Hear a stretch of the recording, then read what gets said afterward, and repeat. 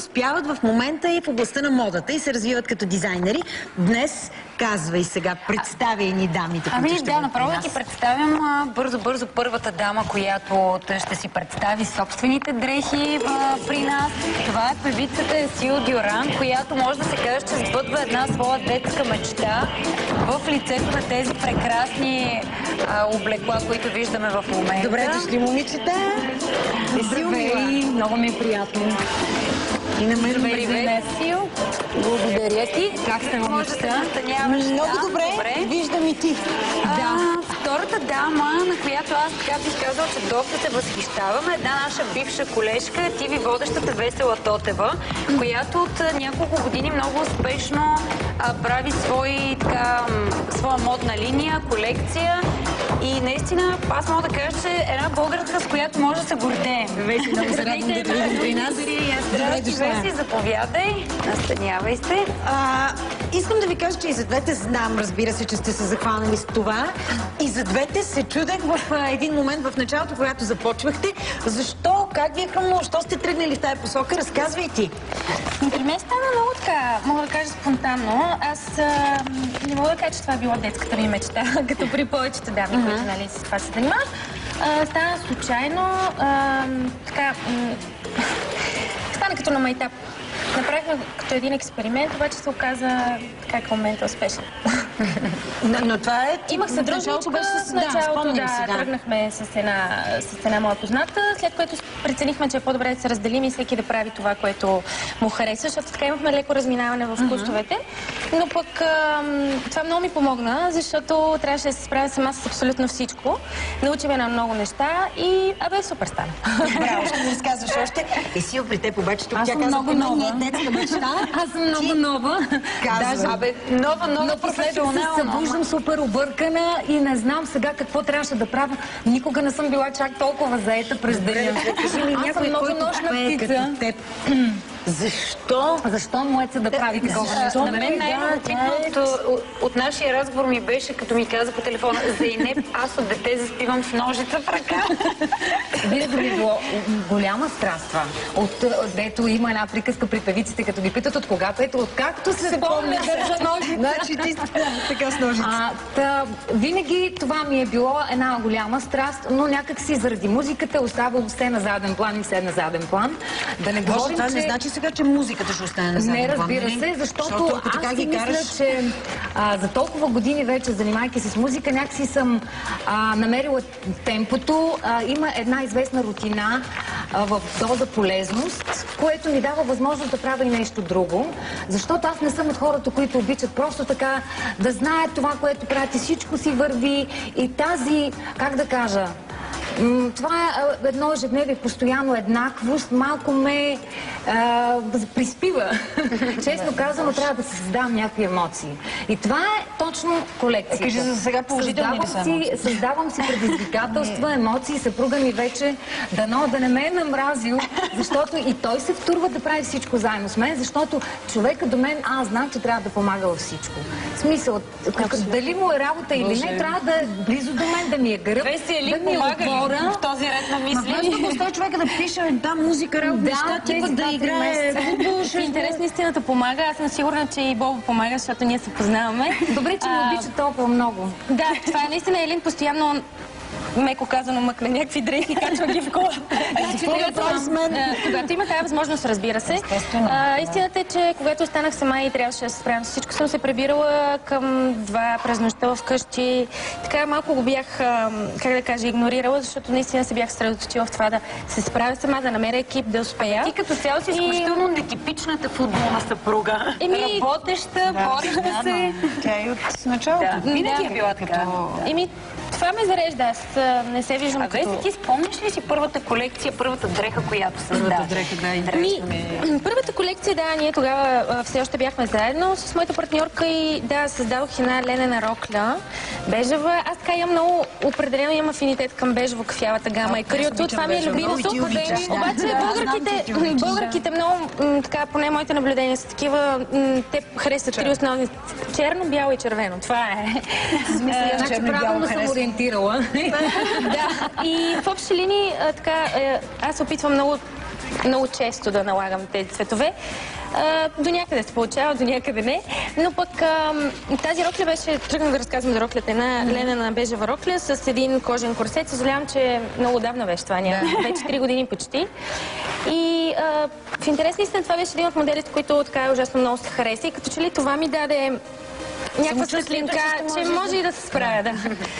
Сил има много интересна история, Гала. Познай за какво създава първата си рокля. Както е заспивала с нощите, сигурно е създава първата за, не знам, не по-професионалната. Много ми беше трудно, когато си говорихме в предварителния разговор с Зейнеп, да ви кажа коя е първата рокля, че аз просто съм изпуснала вече тук къде е началото. И сега, да, може би на някоя кукла, от които ми купуваха за 1,10 лв, ама тези кукли с кривите крака, на които им падаха вечно косици, викам, бе, няма ли по-свясна кукла, на която да ушия нещо? Може би правя по-професионално, коя е там някъде е първата, но ако говорим съвсем сериозно, това е една цикламена рокля, която беше за първата ми фотосесия. Аз веднага трябваше да се изява. Нали? Тогава, когато започнахме, ние нямаше стилисти, нямаше въобще... Това тук не ми гледате, моля ви се, много качествено на фотосесията, но роклята е една такава до коленете, разкроена, веревна, което малко сложна работа за непрофесионализане. Изрязана тук в талията, защото аз съм от хората, които си харесват талийката. Ако не е друго, поне талийката. И си подчертах. Много е важно, когато правиш дреха и създаваш, да подчертаеш хубавите неща в жената. Нали, това, с което тя би се гордяла. Ако е бюста, нали, може да излезе напред. Там на акцента трябва да е един. И аз непрекъснато повтарям, нали, на момичета, които се търсят някакъв определен стил, но всичко идва бавно, постепенно. Много е готино това, което видяха. Как решавате в каква посока, какво ви вдъхновява, как се случват нещата? Виждаш първо плата ли и тогава решаваш, този плат ще стане такъв модел, или имаш модел в главата, търсиш плата? Как се случва? В повечето случаи първия вариант. Виждам плата и тогава решавам какво да направя. Така ли виждаш като мостри, избираш си точно така, искаш да вземеш? Абсолютно. Това са едни мостри, които сме подготвили, които най-вероятно по-голямата част от тях ще влезнат в пролетно-лятните ни колекции, защото аз искам да кажа, че се гордея с това, че ние изкарваме горе-долу така на месец и половина-два изкарваме нова колекция, което е много трудоемко, да, определено.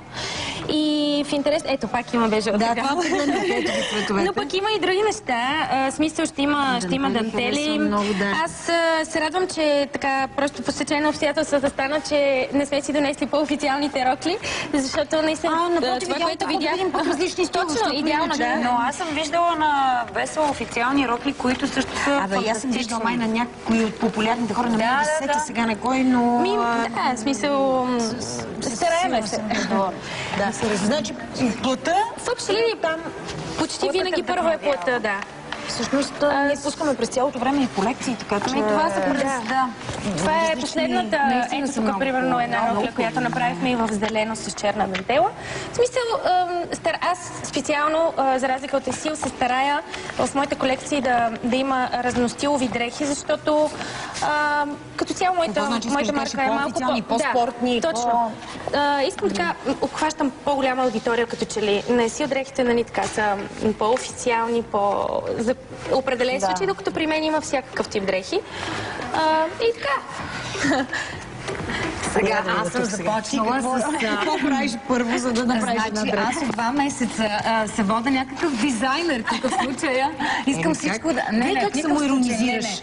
Не мога да говоря за себе си като за дизайнер в случая. Аз съм човек, който обича и има нужда да се изрази с... Слушай, сега готини неща. Аз съм същата. Значи безумно е. Аз искам да потвърдя и за двете дами, че през цялото време, говорейки с тях по телефона... Да, и те казват... Ама не, аз драскам някакви скици, обаче не съм дизайнер. Не, човек, ако има нужда да създава нещо, и трябва да и го търси, това в случая не мога да кажа, че съм дизайнер. Просто имам нужда да го правя. Аз не мога да износя всички дрехи, които си създавам. Рисуваш ли си, сънуваш ли, плат ли виждаш и ти изведнъж нещо ми хрумва и казвам, ето това е, мога да седа между другото с часове пред огледалото, не защото много се харесвам, а защото трябва да пробвам. Купувам много платове и започвам, нахвърлям ги върху спалнята и се вади от тук едно парче и почвам да се увивам, почвам да го гледам, почвам да виждам как стои плата върху моето тяло. Сила, искам да покажем тук тази секси визия отстрани. Не може да моля ви се, нека да покажем тук какъв е ефект. Да. А плащат ли ни, моля ви се? Задръж. Значи това не е никак случайно. Това беше една нормална риза, която всичко е направено на ръка по ризата. Обаче с нормалните си ръкави на риза въобще не ми допадна. Сметнах, че е много обикновено. Мислейки, разбрах, че тук трябва да има някаква голотия в цялата работа. Тя е много Ама иначе е много затворена. А най-интересното смятам, че за един мъж би трябвало да е нещо, което е покрито и може да загатва нещо, ъгъл, нали, да види от женската плът. И смятам, че е много интересно и по-различно от онези деколтети, които непрекъснато показват навсякъде отпред. Боже, не само за един мъж, и на мен ми е интересно. Да си призная много. Много е хубаво. Сил, знам, че ни е донесла също нещо, което може да ни покаже, което от шал, мисля, се превръща в блузка. Часове наред, гледайки се, пробвайки нещо, си измислям и разни хитрости. Примерно, ето от един шал, който въобще не ми влезе в употреба, незнайно защо. Толкова много ми харесва. Да, и като цвята много хубаво. Толкова, ето нашия цвят. Освен да го покажа. Това е един шал, който съм си купувала от Америка при пътуванията ми. Да. Сила, и тук си оставам папката и може да пробваш. Оставай си Ти да пробваш. Тогава пък ти на мен ще пробваш. Аз бях харесала и на весело да си пробваме и тази зелена. Ама видя и ламти за всичко. Значи много е важно този шал да се носи с телесно бельон, такъв цвят телесен. Еми свали за да може... Ефекта на не може да си го позволиш просто да сваля потника. Вие там отзад и го свали. Добре, ефекта на голотата гоним. Може да си мъжнеш от тук ръчичките да видиш. Значи не съм го завършила това. Това е някаква пълна импровизация, не е завършено, но в случая, като ми хрумне нещо, аз просто не се бавя много. Веднага трябва да измисля да го превърна в нещо като блуза с дънки, нещо спортно, нещо... Това може да се сложи вътре в панталона или в това да пробвам аз с някакъв триъгълен обикновен. Всеки шал може да направи удобно нещо. Има два шева. По-добре не експериментирай. Шала, между другото, е най-практичното нещо за създаване на дрехи, на рокли, на, да кажем, аксесуари към потници. Той си се шала. Това нещо довършено ли? Защото сякаш... Ами, идеята беше да не е довършено. Кажи ми какво можем да направим тук с него. Значи, идеята беше на това да бъде туника, но в последствие решихме и съответно щампата да бъде отпред, но в последствие решихме, че може би ще се превърне в рокля. Идеята беше да го донесем така съвсем недовършено, само хванато в страни, за да видите горе-долу, нали, процеса на работа. Това ще има отдолу хастар, ще бъде максимално фиксирано в страните, като се облече от страни се получават едни такива крилца, като пеперуда. Ще има хастар, защото е прозрачно или... Абсолютно да. Не сме ли малко по-разкрепостени? Толкова ли е прозрачно? Еми, прозрачничко е да ти кажа, Гала. Ако се превърне в рокля, ще бъде така... Без бельос. Обратно мога. Това е много слабичко нещо, мила моя. Между другото, това е проблем при нас, защото ние винаги правим мострите. Гала на обратно. На обратно ли? Чакай се, как се... Бялото е отпред, щампата е отзад. Не мога, това е за... Я ти го служи някой клощев. Не мога да го облека. Ама ти си с дреха, искаш ли аз да опитам пак? И ти няма да можеш. Ами според мен изглеждаме доста тесничко, но... Между другото, това е един от недостатъците. Това е защото аз като казах, че съм виждала популярни хора с твои неща, да виждаш за някакви солети сега. Взела съм си полука, ще се поправя. Ама всички имаме този проблем, трябва да кажа. Еми, всички имаме този проблем, защото има слаба жена, нали седи най-добре, да, абсолютно. Не можеш да я купиш за рокля. Не можеш. На слаба жена стои шиеш верно за азиатския пазар. Шанел няма прекалено слаба жена. Да. Така, че момичета разбираме. Дай да гледаме сега готовите. Но дори и така виж колко е ефектно. Да, и аз му обърна назад. Ето виж. Тя трябва да няма цялата щампа. При дрехите трябва да се импровизира. В случая го правим, както в джаза, например. Въобще си всяка дреха може да придобие някакъв друг изглед, зависимост от настроението. От рокля стана блуза. Винаги може да се превърне. Това, например, е нещо, което аз примерно харесвам. Аз харесвам голите гърбове. И като материя, аз харесвам такива материи, които падат тежко и сте леки, които, държа да кажа, биха могли да се носят и без стен. Защото аз харесвам малък бюст и като цяло... Да. такъв тип. Като цяло отново не си типичната футболна съпруга, харесвала малък гъщ. Това е. Да. Много е хубаво и като комбинацията цветовете. Виж колко красиви са двата цвята. Добре, ето нещо. Донесла си ни елегантно нещо. Не си донесла само спортни неща. Спортната линия, която сега ще представим, в смисъл тип свичери. Тя Зои облича друго. Защо, бе? Защото искам зелено да облека, бе, защото обичам. В смисъл, това е едно елече от деним. Тук няма как да видим, защото така просто преценихме. Плата е с висока талия. Много харесвам аз този нюанс на синьо-лилавото. Смятам, че така последните години е... И това на теб е такъв цвят. Това пък е една такава по-закачлива спортно рукавица. Спортно и елегантничко. Да, което би могло да се носи така. Забелязваш. Няма как да не те види човек. Вероятно весия за по-подходящо за ниски обувки.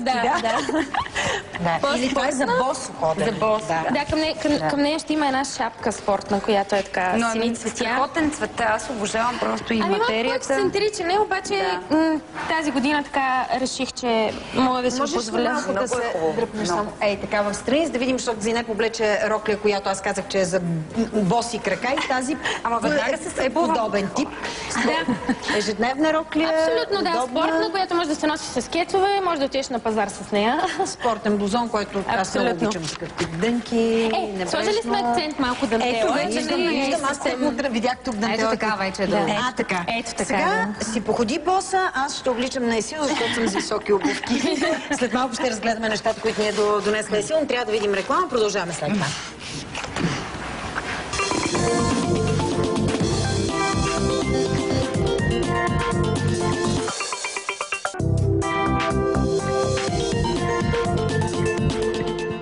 С Весела Тотева и Есил Дюран си говорим, разглеждаме прекрасните дрехи, които са направили. Есил, сега тези ще разгледаме. Само да кажа, че ти на сцена винаги си била по-различна, нестандартна, нетипичната изпълнителка и предполагам това идва от джаза, който ти е много в кръвта. Да, може би смесвам стилове, експериментирам, такъв тип човек съм, обичам да намирам нещо по-различно, обичам да се откроявам. В смисъл, всеки трябва да търси своята индивидуалност, така или иначе. Не обичам да се сливам с маса, така че може би това е. Ама смятам, че сцената задължава да бъдеш екстравагантен. Не може просто, винаги съм казвала, че не може един артист, който излиза на сцена, да бъде със същата визия, каквато е и публиката, да речем, срещу него. Публиката затова е там, затова е дошла да го гледа, за да види нещо различно. Той иска да бъде в някакъв друг свят през това време.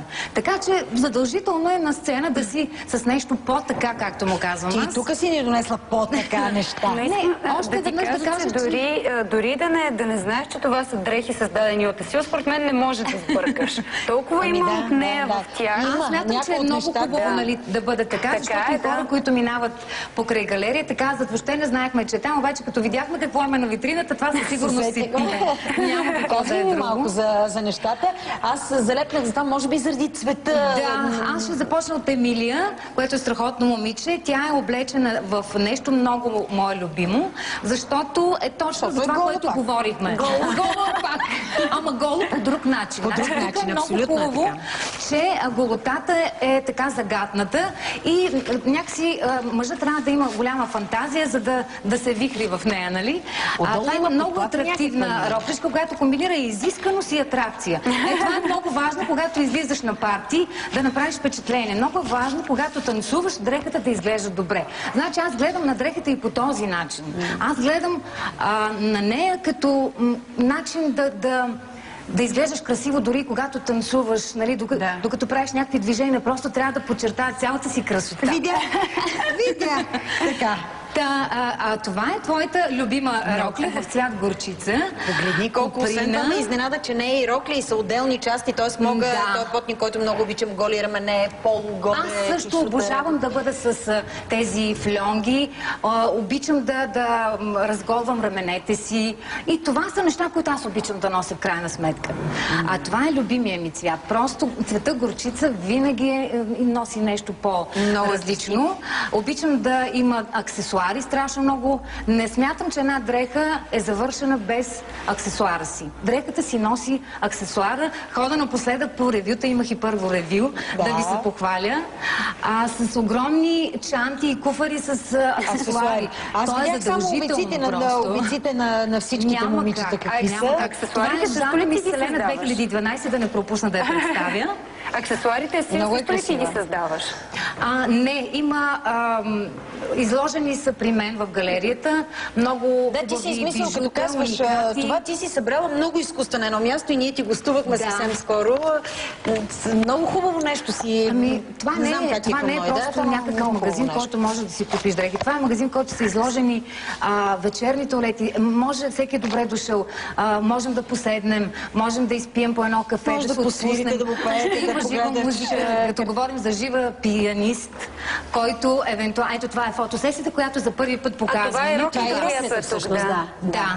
Това е Меглена Николова, която е модел и бъдещ пиар, между другото. Супер! Страхотно се справиха момичета на фотосесията. Аз бях ужасно притеснена, както винаги. Непрекъснато кръжах наоколо. За първи път бях толкова уморена след фотосесия, защото не участвах аз. Весим след всяка фотосесия все по-уморена. Просто никога не съм чувствала такава умора. Искам всичко. Това е Русица Павлова Инджева. Това е Русица, оперна избавица. Точно така. Тя е една от първите, които е носила мои дрехи. Зала България, в операта и просто много съм щастлива, че и на такива места дрехите ми стоят така, както трябва, защото когато хората казват, да си Одиран, тя в Пайна, Попок, някакси като че ли малко може би ме подценяват или смятат, че като съм представител на този жанр, наблягам на определени стилове и на определението. Но няма такова нещо. Като дизайнер, колко смело прозвуча. Стига да е вие творите различен начин. Пречупвам нещата, смесвам, еклектика е всичко, знам, съобразявам жената, фигура, място. където трябва да се носи дрехата. Моля те, дръпни се малко насам, защото искаме ето тази да видим. Може би трябваше да покажем на гледа гърба. Защото голите гърбове са всеобща страст. Трябва да има просто гърба. Голия винаги ме е привличал. А тук виждаме един модел, който аз много си харесвам. Разбрах, че и ти. Много. Защото пак. А тъфтата ми е любима материя. Много хубаво. Тъфтата просто мога да я нося. Непрекъснато може да се носи и през деня, между другото, ако има някакво парти, което е някъде след обяд, защо да не отидеш в тъфта? Няма никакви пречки. Вече са правили подобни къси рокли от тъфта. Тази рокля си има име, защото с моите колеги вече в галерията трябва да си говорим, понякога трябва да си имаме име на роклята. И тази прегърни ме отзад. Защото прегърниме модела отзад, обаче за да не се обърква. Прегърниме отзад. Много интересно име си има роклята.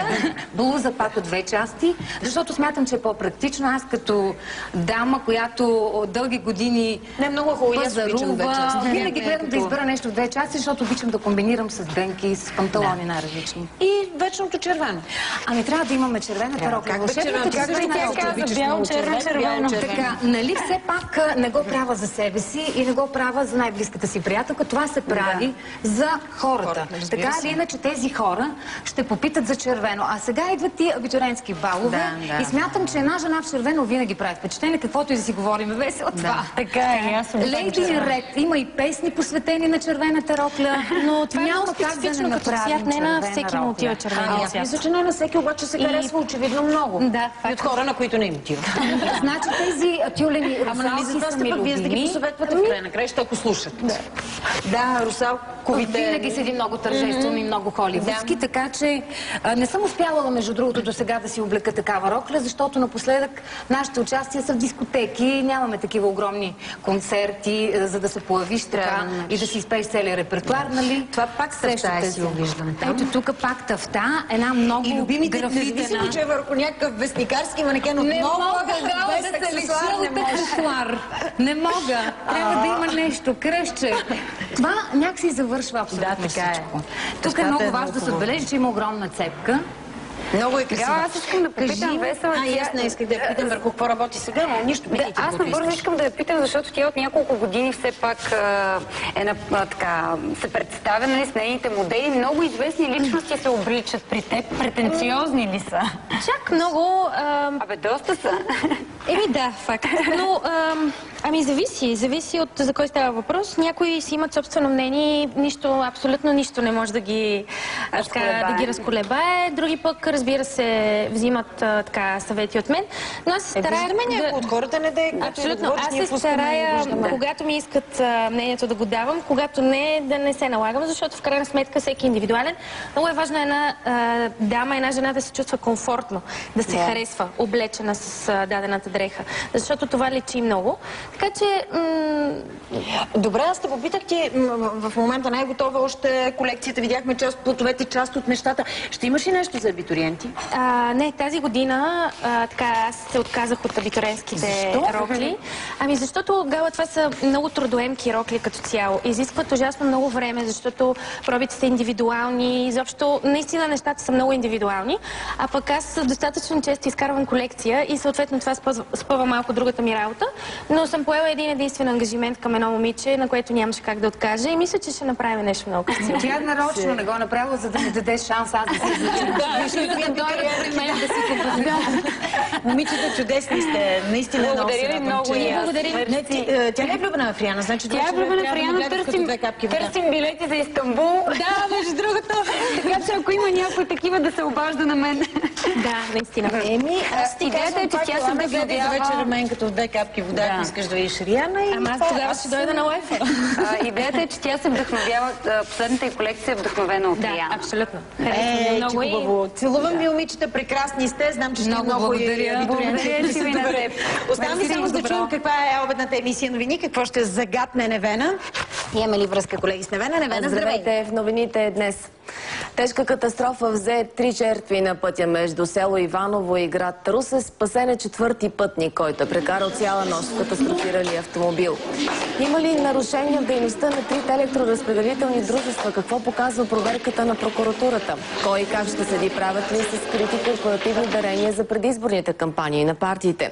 И новина за феновете на Джамирокуай. Групата обяви дата за концерта у нас. Къде и кога ще е той? Ще научите от VIP новините. Обедната емисия започва в 13.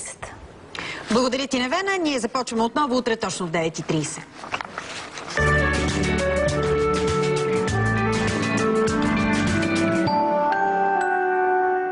Гледай любимото си предаване напълно безплатно и в Нова Плей. Телевизия, която управляваш.